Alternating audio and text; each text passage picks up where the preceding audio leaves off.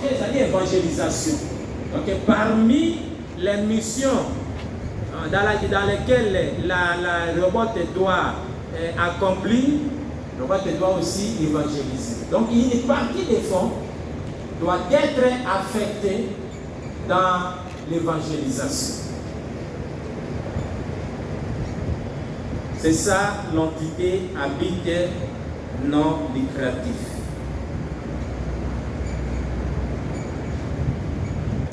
Et dans ces modules, tout ce que vous devez retenir là-bas est plus l'entité, parce que je vous épargne vraiment des théories, trop de théories. C'est vrai que même si elles sont importantes, mais plus ça soit des théories qui vont vous aider à maîtriser la partie pratique. Dans ces modules, retenez qu'au sens de l'article 2 de l'acte uniforme, ce qu'on entend par une entité, c'est une structure dont l'argent produit sert au fonctionnement et à l'objet social de cette structure. Et parmi les entités à but non lucratif, il y a les ASPER, il y a les ONG, il y a les fondations, il y a les projets de développement, il y a les ordres professionnels, il y a les agences de développement. Voilà tout ce qu'on peut retenir dans ces modules. Avant de passer au deuxième, s'il y a des questions, je vous épargne vraiment. Il y a beaucoup de choses de théorie là-bas, mais je ne suis pas venu enseigner la comptabilité. On vous donne ce qui est essentiel. S'il y a des questions en rapport avec ces premiers modules, vous avez la parole. Pasteur William, les questions doivent être en rapport avec tout ce que nous venons de parler. On a parlé de l'entité, nous avons parlé des aspects, des ONG, des fondations, des projets de développement. Le projet de développement, c'est-à-dire, par exemple, ASMDEF a reçu un financement, mais ce financement-là, les bailleurs des fonds dit, pour fonctionner dans l'ASMDEF, il faut y avoir part. Alors, fonctionnement et projet de développement, le législateur a à prévoir rien. C'est pourquoi on dit, parmi ces entités, vous avez aussi les projets de développement.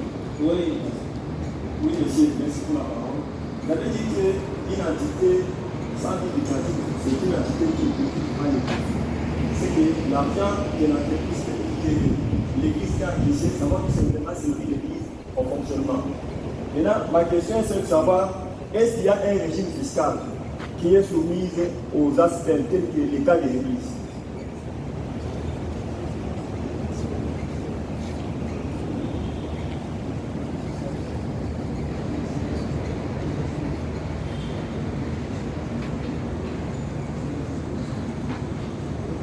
Oui, allez-y.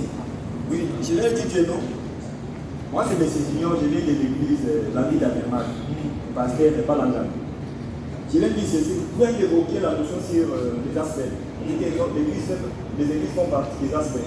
C'est que toutes les recettes que les églises génèrent, c'est pour le fonctionnement de l'église. Maintenant, je me pose une question. Est-ce qu'il y a un régime fiscal qui est soumis aux églises? Parce qu'il y a un principe qui dit que les sols et les sous-sols appartiennent à l'État. S'il y a ce régime, je ne sais pas. Il y a toute une formation sur la fiscalité. Ça n'a rien à voir avec... Il y a un régime, mais ce régime-là n'est pas obligatoire, tout simplement parce que, au sens de notre loi, les associations, les projets de développement ne produisent rien.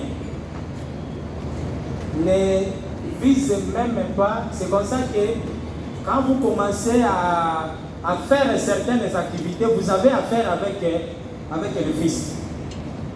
J'ai vu certains pasteurs par-ci par-là, à Fungolisi, pressing nae. Oh non, pressing on est dans la carte d'église, non.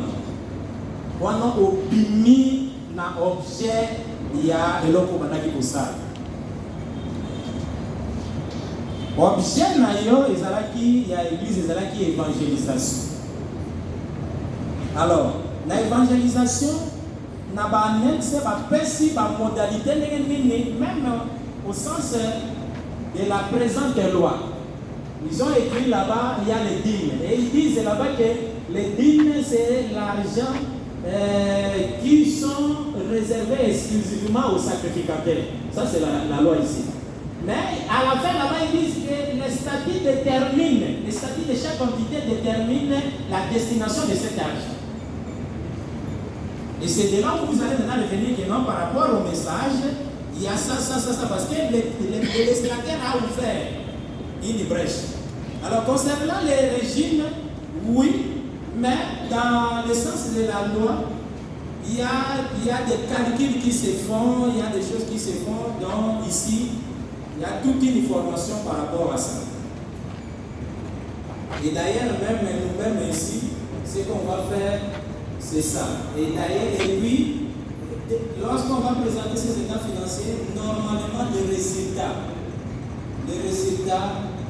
des entités avec des non lucratifs, des avocats, ils ont produit à leur côté. Ce qui a montré comment vous allez essayer de optimiser déjà dans l'objet et par le régime et l'association, dans le régime et la société. Il faut vraiment rester dans le régime des aspects. Et dans ce régime, il y a des techniques qui vous permettent d'éviter les erreurs pour ne pas, parmi les dépenses, par exemple, dans le régime fiscal, puisque vous insistez par rapport à ça, il y a par exemple les hyper qu'on paye. Et dans ces hyper, il y a parce qu'en majorité des permanents au niveau des associations, ce sont des bénévoles. Alors ces bénévoles-là ne sont pas payés. Mais il peut arriver qu'on supporte par exemple une ou deux personnes. Ces deux personnes-là, on doit les déclarer au niveau de la DGI où on paye leurs hyper. Mais quant à ce qui concerne impôt sur les bénéfices et profits, les associations sont exemptées parce qu'ils ne produisent rien. Oui, pasteur. Pasteur, c'est une suggestion. Oui. Je suggère qu'on évolue dans la formation et les questions après. On peut discuter aussi, ça peut aider. Parce que si on est vraiment dans la matière, c'est pas mauvais que. Oui, c'est dans le sens où il peut y avoir toujours des questions qui vont mettre dépenser notre matière, ou soit qui ne peuvent pas toujours aller dans le même sens. Au lieu peut-être de dépenser peut-être là pour aller faire des impositions, pourquoi ne pas aller avec la formation jusqu'au bout? Et si vous avez des questions, vous pouvez les mettre sur un papier, et à la fin, je pense que ça peut aussi le faire en même temps. C'était juste. Oui, votre suggestion est bonne, mais j'aurais souhaité que ça soit l'andragologie qui doit être appliquée. Il doit y avoir une certaine interaction pour que les gens ne dorment pas. Parce que le fait qu'il y ait une personne qui parle, dans de telles formations, on n'est pas plus formateur, on est facilitateur. On est facilitateur. Parce que j'ai posé la question, il y a parmi vous ceux qui ont fait les commerciaux. Je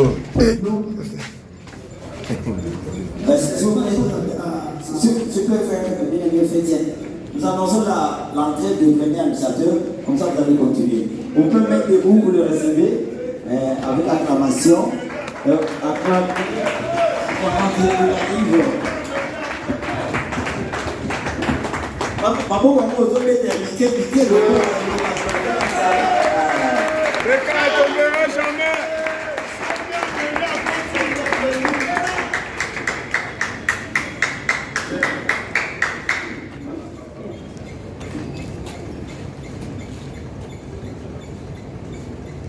Giovanna.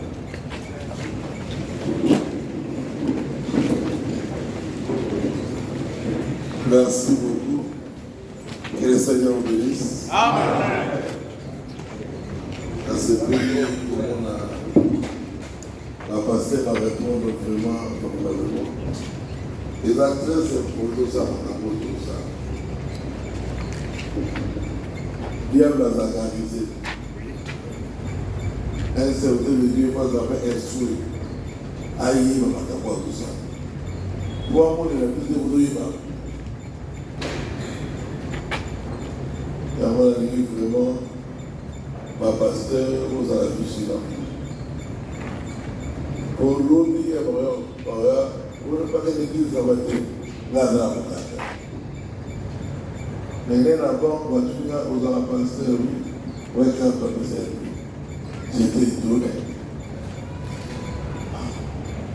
C'est-à-dire que l'État peut dire, parler à votre tournant.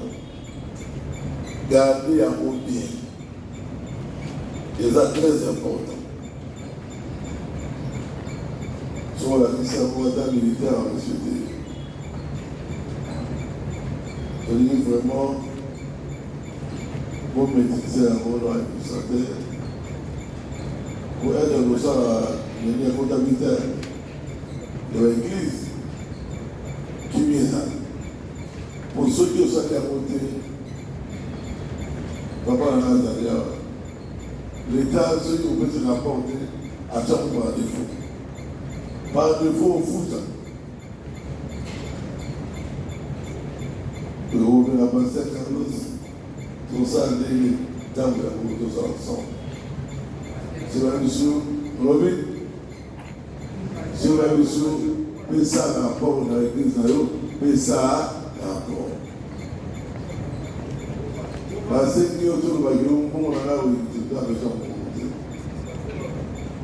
les armes d'État, il y a le temps financier là, l'église. Et que tu es un professeur, parce que la professeur, parce que la il a qui va contrôler l'église. La professeur. Le service, il est dans l'église. Mais mais la province, pour moi, vous avez écouté. On n'entendait pas. Mais vous avez un autre au bas. Vous avez un droit. Vous avez un jour, vous avez vous avez l'église. Il y a vu ça. Vous essayez, voilà. Il y a vu ça. On s'en laisse. Nous avons sur la mission. Tous les livres à cette on est né.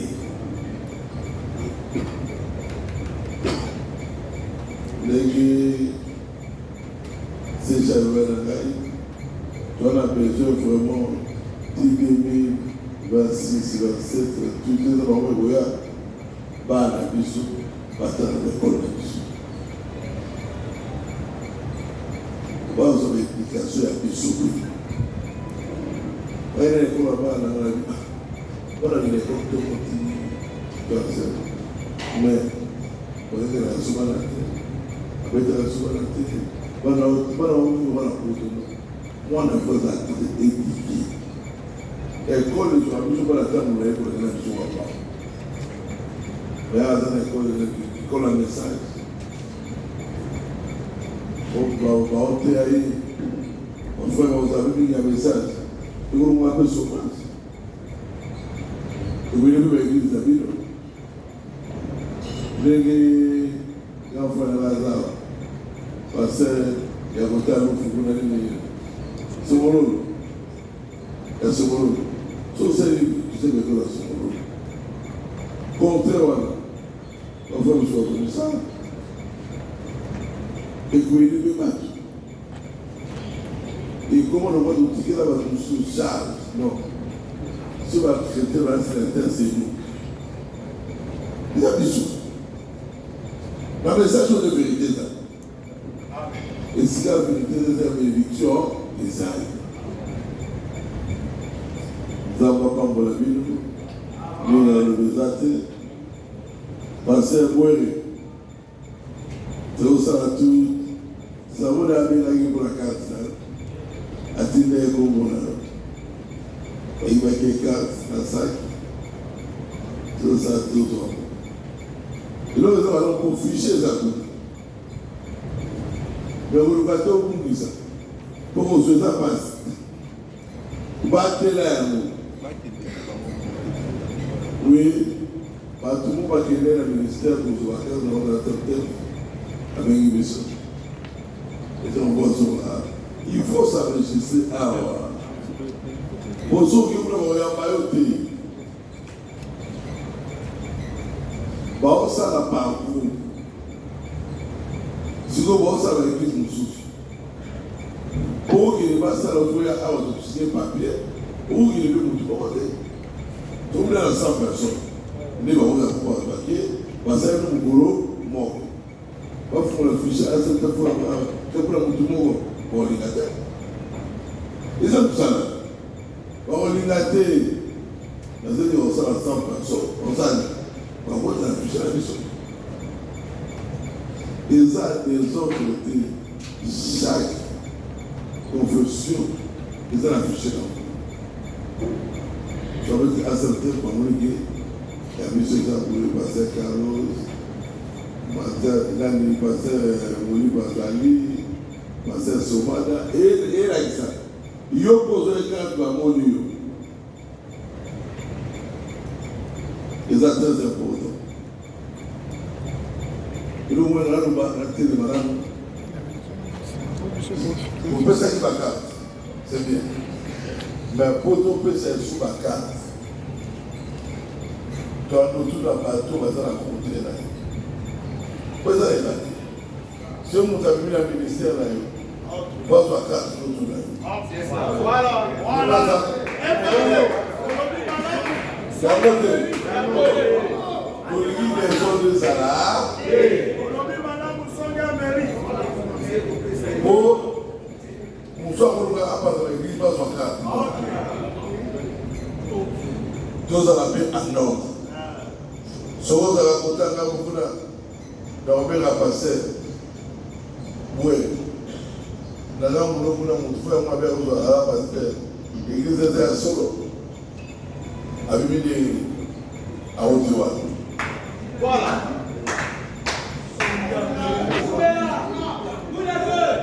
Bon peuple que nous avons des ordres. Bonsoir, je suis candidat à ministre.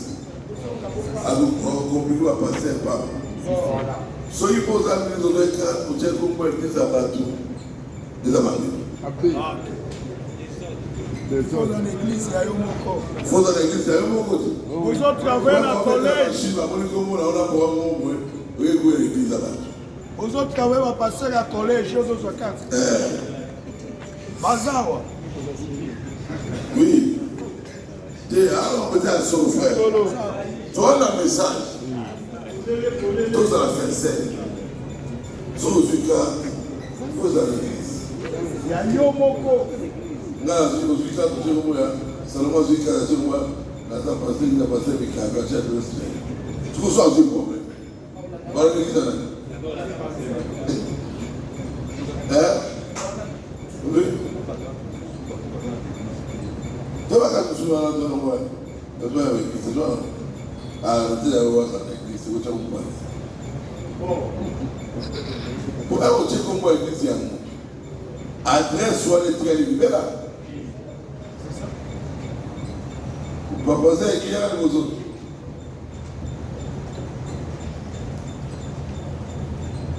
Un autre comme moi, l'église à Moutou. Est-ce que vous savez un Moutou?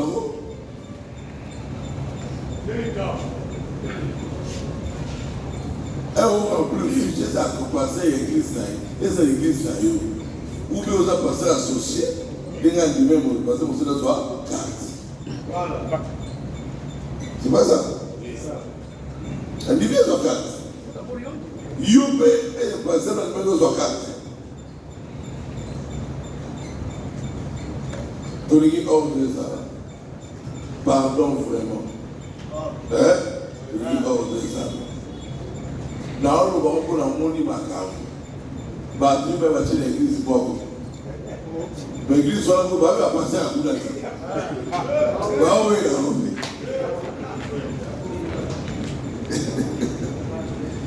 Vas-y, mec. On se tape. Mais on comprend, mais on court. Hein? Ça. C'est que pas. C'est ça, moi, je ne sais pas. C'est secrétaire. Moi, je dis, pasteur, si vous voulez me donner pasteur dans une carte, il y a une satisfaction. C'est là, papa. Il y a une satisfaction tout souvent. Mais il va dire à comment l'église est là. À Dieu, voilà, pasteur. Ministère de l'institution. Il faut dire que la bon mot. Hein? Nous avons dans l'état terre. Oh, l'état le milieu de vérité. Hein? Oh, l'état le milieu. On le sauve. Hein? Comme ça, madame, tu vois, il est à la sécurité. On va continuer. On va continuer. Pas dans le Canada. Donc, on va venir dans la rue. Tout ça va traiter toute la discipline. Si vous êtes prédicateur, vous allez être prédicateur, je dois servir mon prédicateur. Mais il bâtit l'église qui a battu. L'adresse qui a battu. À Tchèque, il y a un pasteur. Mais tiens, il y a un pasteur. L'église soit là. C'est un problème, on peut sauver ça. Mais l'église là. Nous avons ça là, on va dire dans l'église qui a milité dans la moitié. Il y a pas de. Donc, oui, il n'y a pas de problème. À cette œuvre, les amis, l'église, les appels de l'association. Et il y a eu, par exemple, l'église et surtout l'église à Nord. Tout le monde a le message, tu m'as envoyé un message. On va dire la cause. Il n'y a rien pensé à la vie dans la prédicateur. C'est pas. Le prédicateur a suivi ça. Parce que vous dites.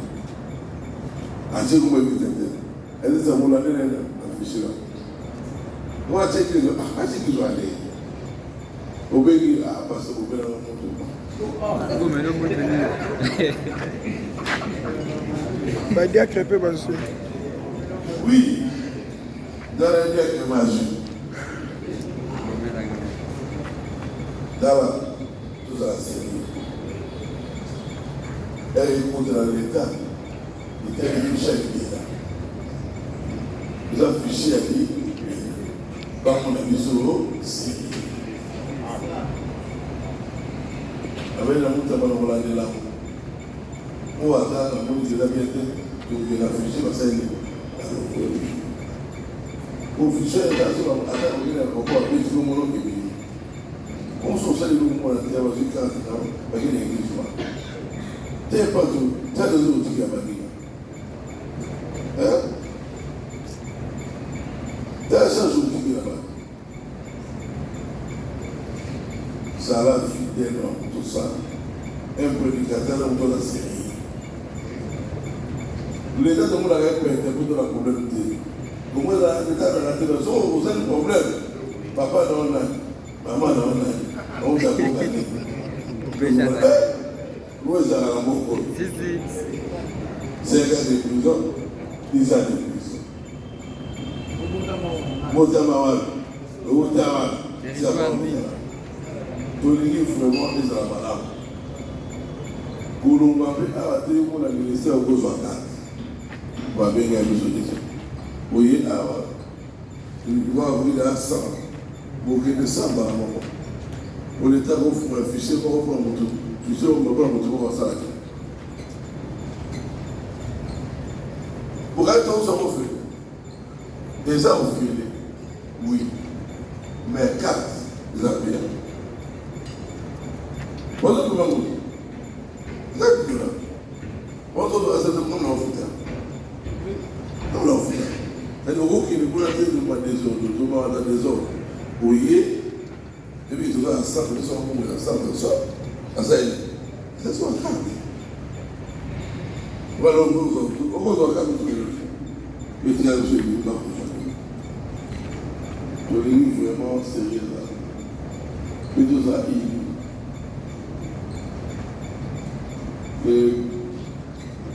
était autour de nous. On va dire que ça, la coupe, voilà.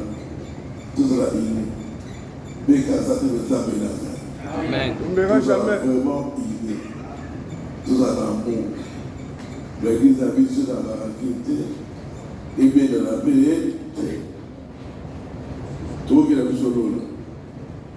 Si on met le bras dans la place, voilà, oui, à tout. À tous les qui ont le ministère, oui, à tout. Des fois, ça, ils sont sauvagés. Tout le monde a chaud, toi, là-haut, tout l'équipe du groupe, c'est fou. Tout ça, aime. Donc, la limite, c'est là. L'État peut s'y la mettre, on va dire c'est gros ça.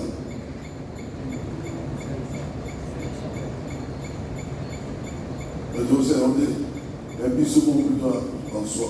Dans la église, et ça va aller à avec la sécurité. Pour ça,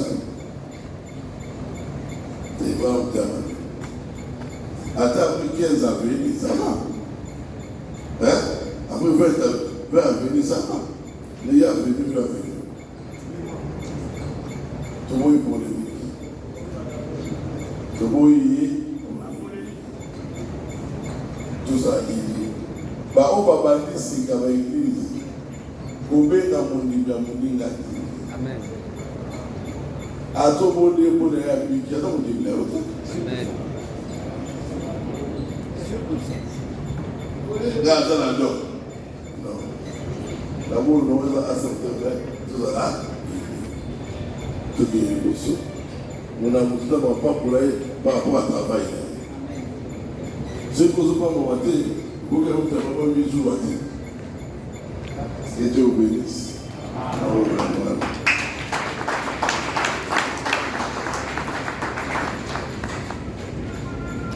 Merci beaucoup. Tombeti Maboko Lusumakasi. Nous remercions le premier administrateur pour son mot. S'il sait, on a travaillé depuis le matin, il est 14h, je souhaite qu'on ait une pause. Tous ont une pause, non?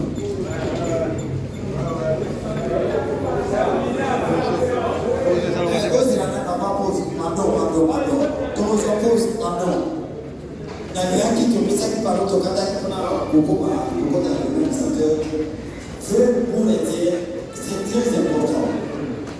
On va passer par la Bibi, mais après, c'est une explication, non?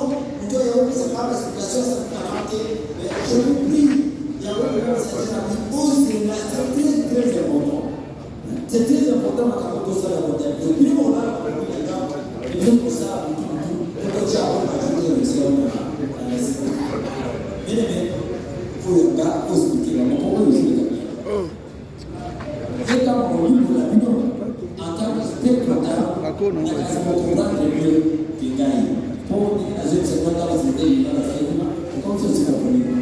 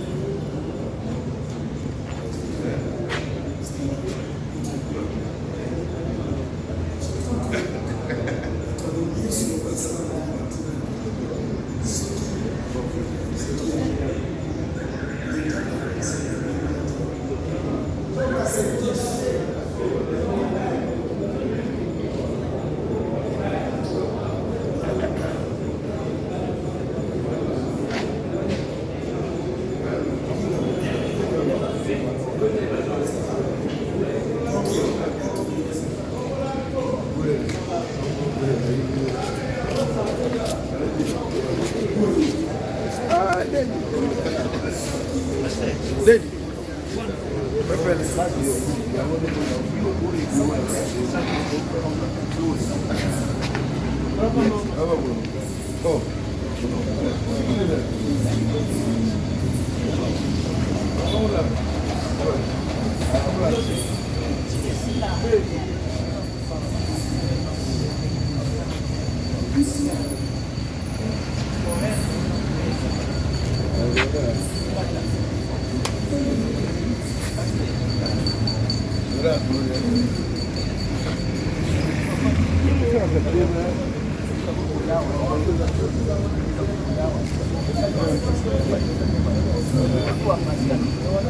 Commandant, destination.